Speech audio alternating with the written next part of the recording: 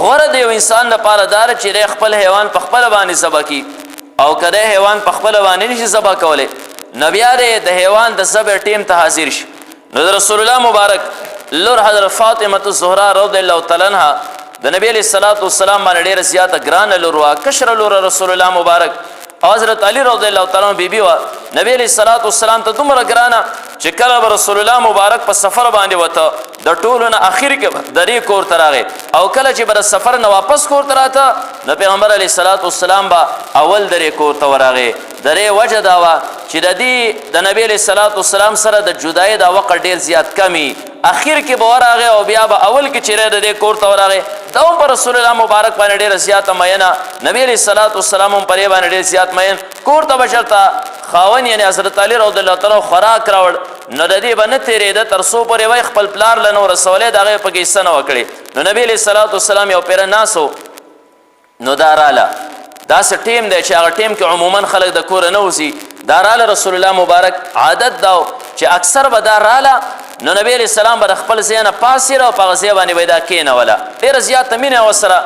رسول الله مبارک ورته چې صلی الله علیه د ټیم باندې نورته د الله رسوله صرف دی خبرې لرالم چې علی رضی الله تعالی کور ته سوړه راوړي او ما دا غینه سډوړې تیاری کړې نو د هر یو کس پیسې کې یو ډوډۍ ثابت ورسره نو یو زما په برخه کې ورسره نما چې کله خړه نما والله علم چې زه خورل ته خوراک پکوما و چې زما پلار بس خورلی او کبه نه خورلی نو نبی علیہ الصلوۃ والسلام ته نیمه میکړه نو نیمه می تعالی راوړو نیمه په خپل وخړه پیغمبر علیہ الصلوۃ والسلام دا غینه نوړی نیمه او هغه چې کم نه خلی ته ورچ او تیری ورته بچی په الله قسم نن دریم ورځ د چې ستاره پلار خېټې تراوړم بین وړی رچ راځي بهر کې رسول الله مبارک باندې ډیر زیاته ګرانه نو د دې قربانی وا نو رسول الله مبارک ورته طریقه خار خي او دغه فضائل ورته بیانوي د حضرت ابو سعید خدری رضی الله تعالی عنہ روایت ته قال رسول الله صلی الله علیه وسلم نبی علیہ الصلوۃ والسلام فرمایل یا فاطمه اے فاطمی قومی الی اضحیتک خپل اضحیه ته چیرانو دا ودرېګا پاس خپل اضحیه ته ودرېګا او فشهدیها هغه ته ګورا یعنی دینه پته ولګیدا چې غوړه دار چې انسان خپل سوره په خپل زوګي هو کنه نو کم اس کم دغه ټیم تاثیری پکار دا هغه ټیم کې ته قتل پکار دی رسول الله مبارک ته فرمایل یا فاطمه اے فاطمه قومی الی اضحیتک خپل اضحیه ته ودرېګا فشهدیها او هغه ته ګورا فإن لك فضائل رسول الله مبارک بیانې قربانی باندې الله سور کوي فإن لك بأول قطرة تقطر من دمها زکه چې ستاره پاره پاولنې قطره چې د حیوان د مرینا د جسم نه اولنې قطره کته غورځيږي ايو فرلک ما سلف من ذنوبک هغه دا چې الله بستا ما قبل سابقه زړه ګناونه چیرې د اولنې قطره زمکه ته رسیدو سره چې کم دینو الله معاف کی قالت یا رسول الله د نبی علیہ الصلوۃ والسلام لوروا اهل بیت الله چې کم دینو پوه ور کړی وا او خيارتوب ور کړو مهارت ور کړو رسول الله مبارک بچو نه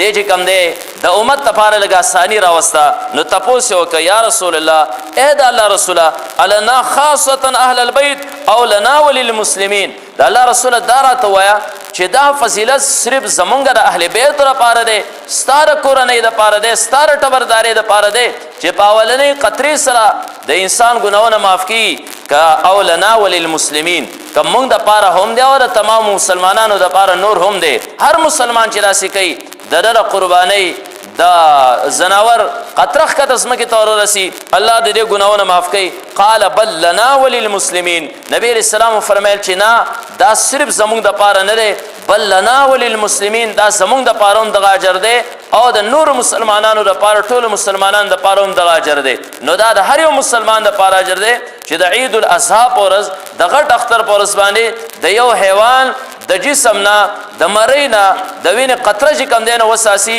در ګناونه الله چې کم دینه دا معاف کوي او یو روایت کې راځي راغلي پاره کې صحیح اضافي غون الفاظ دي ان رسول الله صلی الله علیه وسلم قال نبی علیہ الصلوۃ والسلام فرمایل یا فاطمه قومي فاشهدي اضحیتک پاس قومي پاس فاشهدي اضحیتک خپل اضحیت ازیره شګور ورته فإن لك بأول قطره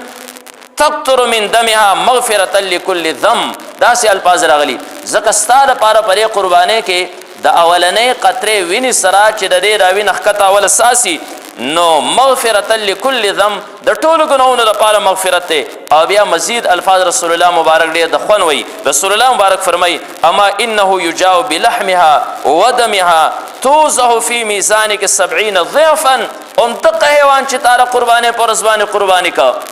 د غټ اختر پر ځواني د قرباني کا نو انه یجاء بلحمها دا به د خپل غوښو سره راوستې شي ودمها د وینې سره به راوستې شي توضع فی میزانک 70 ضعفا او ستا د نیکو اعمالو په تله کې چې دا ور واچولی شي او یا چنده به الله غټ کی او یا چنده به د رشته حیوان نه چې کوم دی نو دا غټ شي. نو دې نه موږ ته بله اندازه ولګېده چې د دې دا غوښې دا به د قیامت په ورځ باندې ستا د نیکو په تله کې دا باقاعده چې نو دا غورځېږي د دې دا وینه باقاعده هلته به ورغورځېږي د دې دا ویښته دا به حسابېږي په هر ویښته باندې به تا ته یوه نیکي چې دی نو دا میلاویږي. او حضرت عایشه صدیقه رضی الله تعالی عنها هغه فرمایي یو بل روایت دی ان النبي صلی الله علیه وسلم قال نبی علیه الصلاة والسلام چې دی نو دا وفرمیل چې ضحو قربانیانې کوئ اضحیې کوئ وطیبوا بها انفسکم په دې باندې خپل نفسونه پاکئ خپل ځانونه په دې باندې پاکئ فإن له ليس من مسلم